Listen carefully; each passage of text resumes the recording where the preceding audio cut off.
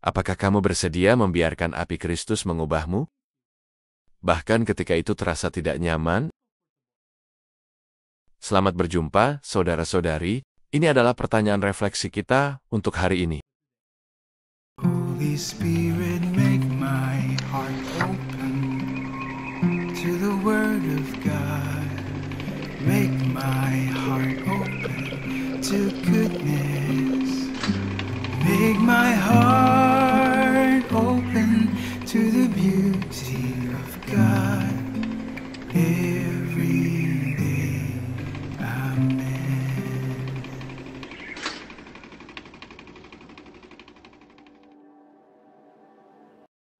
Ketika Roh Kudus turun atas para rasul,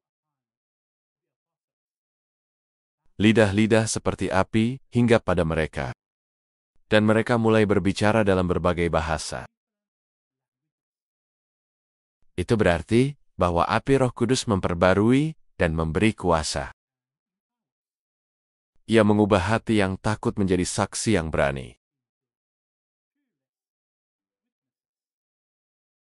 Dalam Injil hari ini, Yesus kembali menyatakan, "Aku datang untuk melemparkan api ke bumi, dan betapa aku ingin api itu telah menyala." Sungguh, Tuhan juga telah memberikan kepada kita Roh Kudus, sumber dari api kita. Dan sekarang Yesus ingin tahu bagaimana kita menjaga agar api itu tetap menyala. Apa tujuan dari api yang telah Tuhan nyalakan dalam diri kita? Bukan hanya api, tetapi juga terang yang harus tetap menyala. Maka, izinkan saya berbicara tentang keduanya, terang dan api. Karena meskipun mereka berbeda, keduanya saling melengkapi.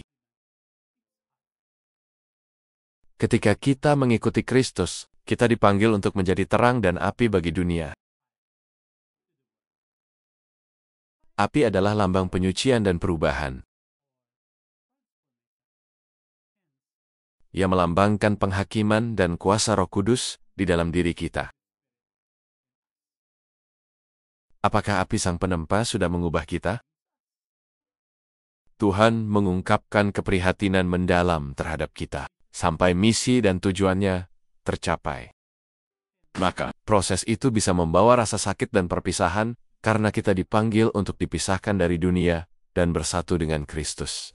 Api itu adalah kuasa Tuhan yang mengubah.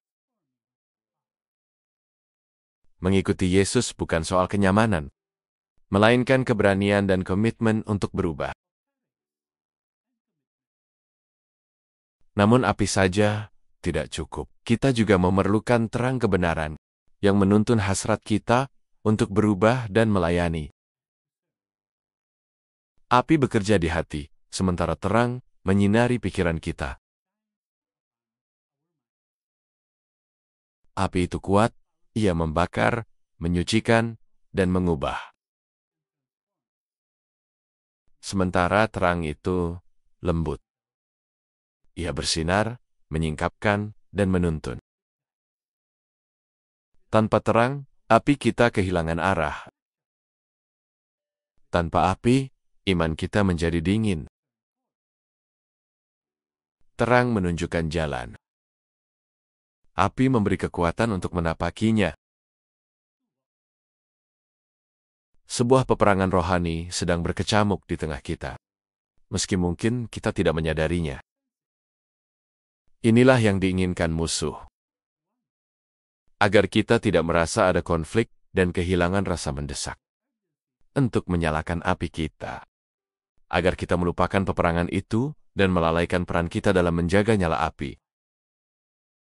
Dalam perang antara kerajaan Tuhan dan setan, kerajaan surga sedang diserang dengan kekerasan. Dan hanya mereka yang berani yang akan merebutnya. Tangan kita terkulai karena kita merasa tidak ada perang. Namun hari ini, sabda Tuhan memperingatkan kita. Saatnya berjaga-jaga dan menjaga api itu tetap menyala dengan kuat untuk melawan musuh.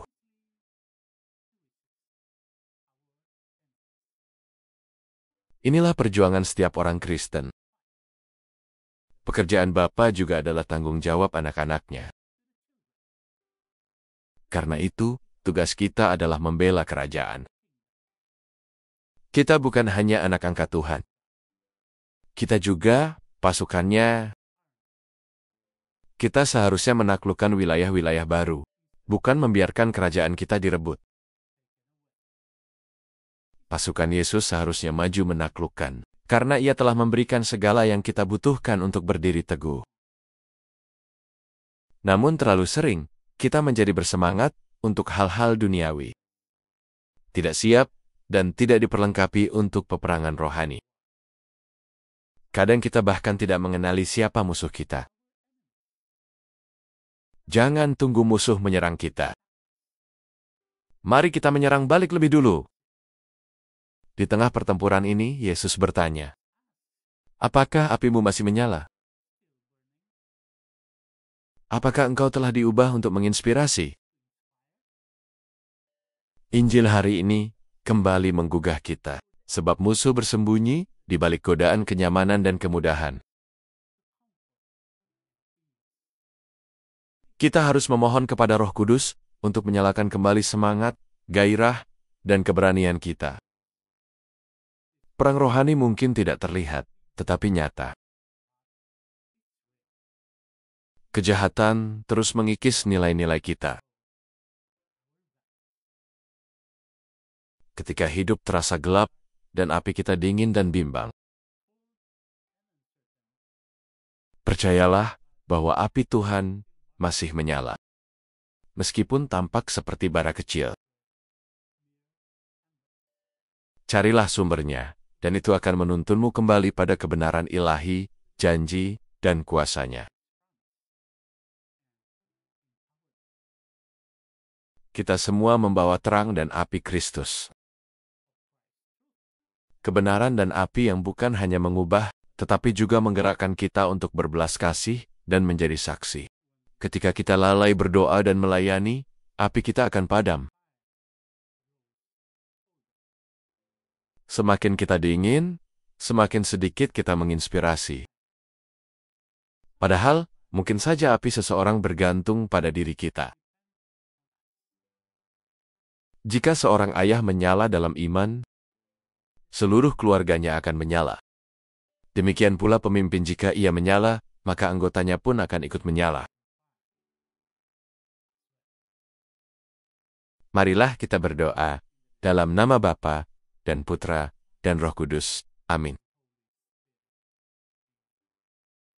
Tuhan, Engkau datang untuk menyalakan api di dunia.